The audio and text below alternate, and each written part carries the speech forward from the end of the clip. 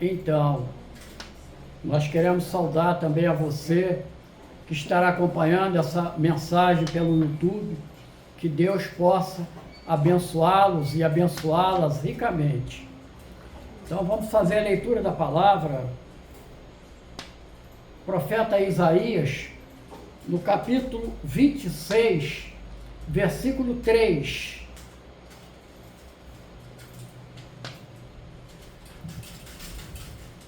Leiamos: Tu conservarás em paz aquele cuja mente está firme em ti, porque ele confia em ti.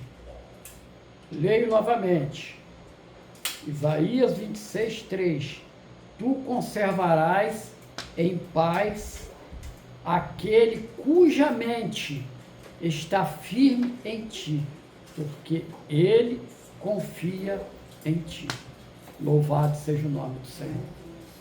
Vamos fechar os nossos olhos, levantar uma oração, nossa confissão ao Senhor, dizendo: nosso Deus maravilhoso e eterno Pai, nós confessamos, Senhor, que ansiamos a cada dia ouvir a voz do Teu Espírito Santo, ecoando em nossos corações, para que possamos, Senhor, sermos libertos de todas as lutas que se levantam contra nossas vidas e que nos conserva firme em Ti, porque o Senhor é o nosso Deus.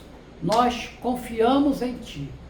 Sabemos que tudo o que o Senhor faz é para o nosso bem.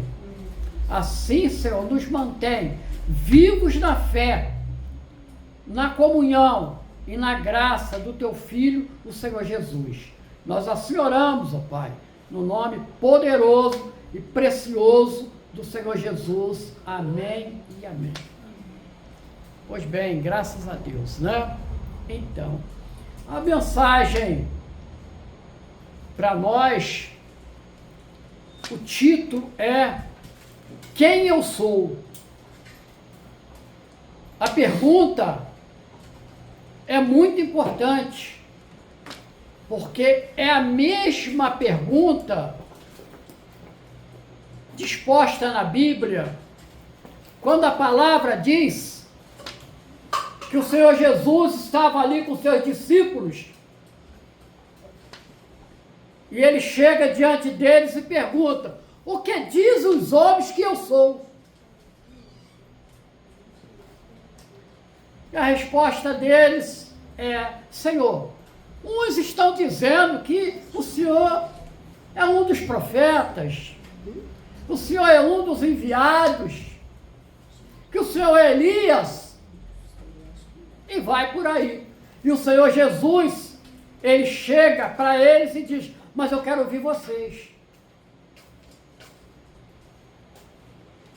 E Pedro se levanta e diz: tu és o Filho do Deus vivo. E ele responde: não foi carne nem sangue que te revelou, mas o meu Pai que está nos céus. O que você diz? Quem é o Senhor Jesus? Primeiro, meus amados, minhas amadas, primeiro, você precisa saber e fazer a pergunta para você mesmo: quem você é? Quem eu sou? Inicialmente, nós aprendemos no mundo que nós somos o processo do direito da personalidade.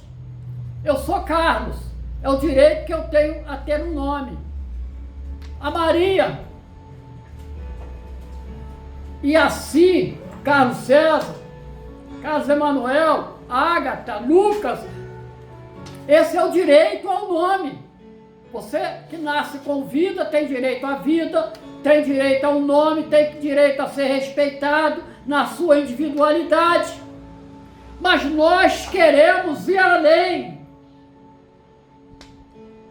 À luz da palavra de Deus, quem você é? A resposta é sua. E o Senhor Jesus quer ouvir agora quem você é nele. E, Emanuel, presta bem atenção. Em Gênesis capítulo 1, versículo 26, vai trazer a primeira informação. Eu sou de toda a obra criadora de Deus, eu sou o único criado à imagem e semelhança de Deus. 1:26. Conforme a nossa imagem, conforme a nossa semelhança. Isso é maravilhoso. É interessante, mas você tem que viver. As suas atitudes, elas têm que estar compatíveis com essa condição. Ah, eu sou um cristão. Ótimo. Então a sua vida, as suas ações, ela tem que estar compatível que você é um pequeno Cristo. As suas atitudes, ela tem que corresponder às mesmas atitudes de Cristo. E uma das primeiras atitudes de Cristo é que ele, sendo Deus, se fez homem e obedeceu ao Pai até a morte, e morte vergonhosa de cruz. Até na última hora, ele diz: Pai, se é possível, passa de mim esse compromisso. Mas não era possível. E aí ele expressa: todavia, seja feita a tua vontade. Ele sabia o sofrimento que ele iria ter, mas ele sabia que o Pai estaria com ele. Daí o lema da igreja CPS neste ano de 2026.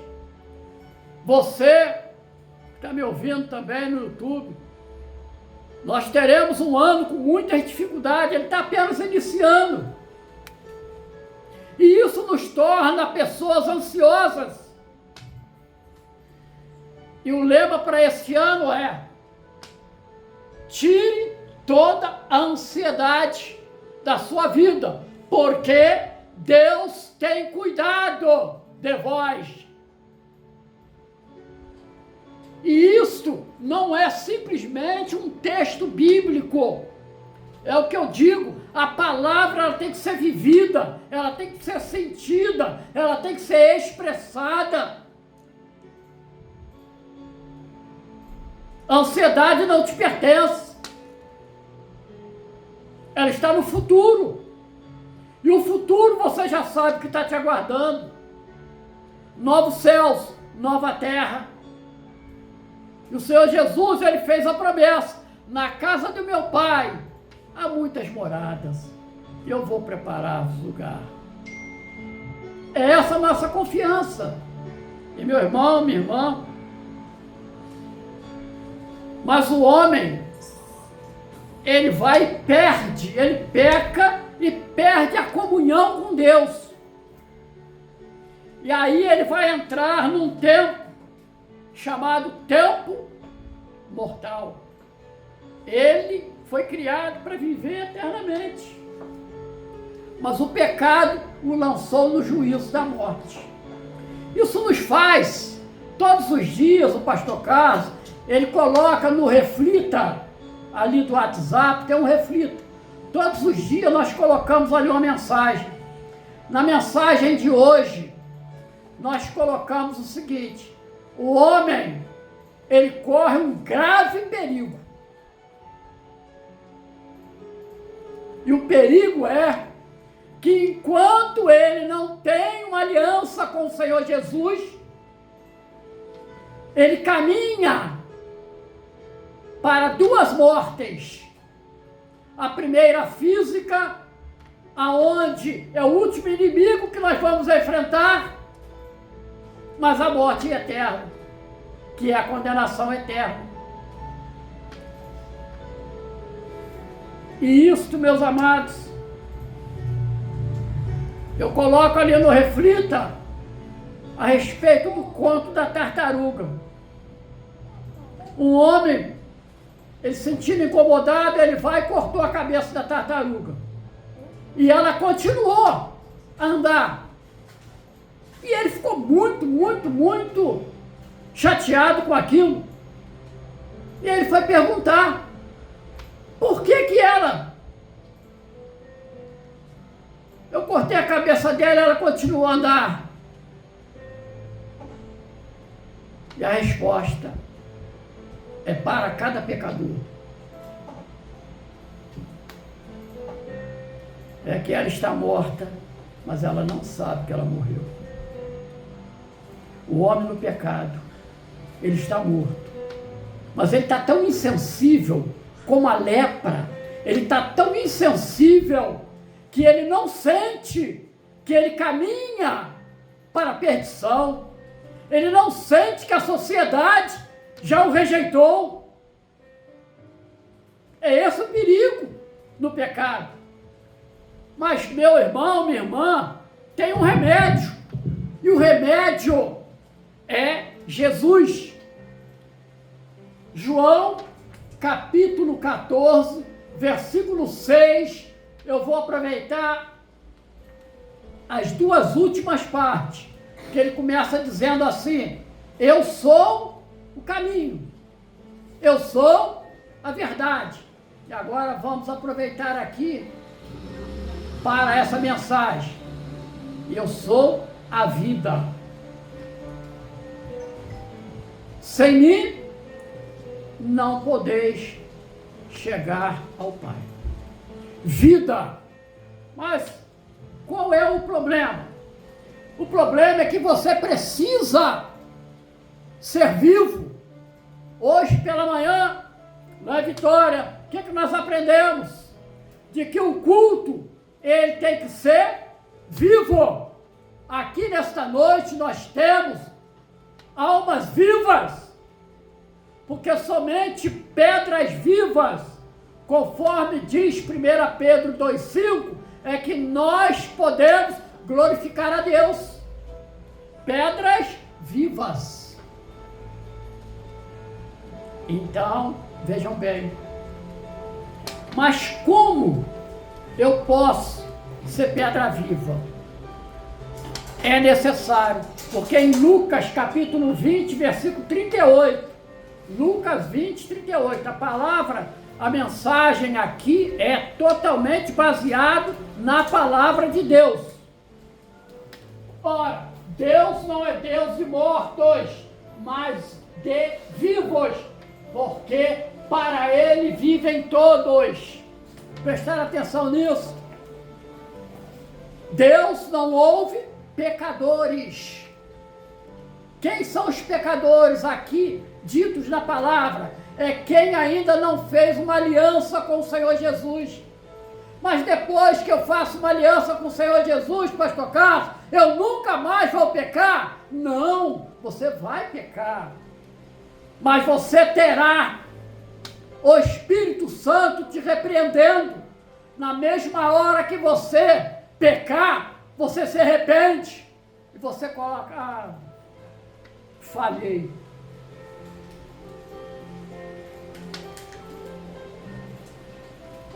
Meu amado, esta é a bênção. Não existe crente perfeito. Eu costumo dizer que a perfeição só lá na eternidade, a si mesmo, antes de nós recebermos corpos glorificados, lá na eternidade nós seremos ensinados o que é ser verdadeiramente servos do Deus vivo. Olha que coisa maravilhosa. Então agora o homem está morto em seus pecados e delitos. Mas, pastor Carlos, o que isso tem a ver agora? O que é necessário? É necessário fazer o processo de volta. Eu preciso voltar à casa do Pai. Eu preciso ser o filho pródigo, que quando olhou o mundo desprezava-o. E ele dizia: na casa do meu Pai há alimentos. Na casa de Deus há fartura. Louvado seja o nome do Senhor. Aleluia. Glória a Deus. Olha só, meus amados, olha que bênção. Então, veja bem, como isso é possível? Para você que está no YouTube, como isso é possível? Romanos, capítulo 10, versículo 17. Estamos entregando para vocês aquilo que há de melhor, é a palavra de Deus. O que nós estamos aqui buscando é ouvir o Espírito Santo de Deus.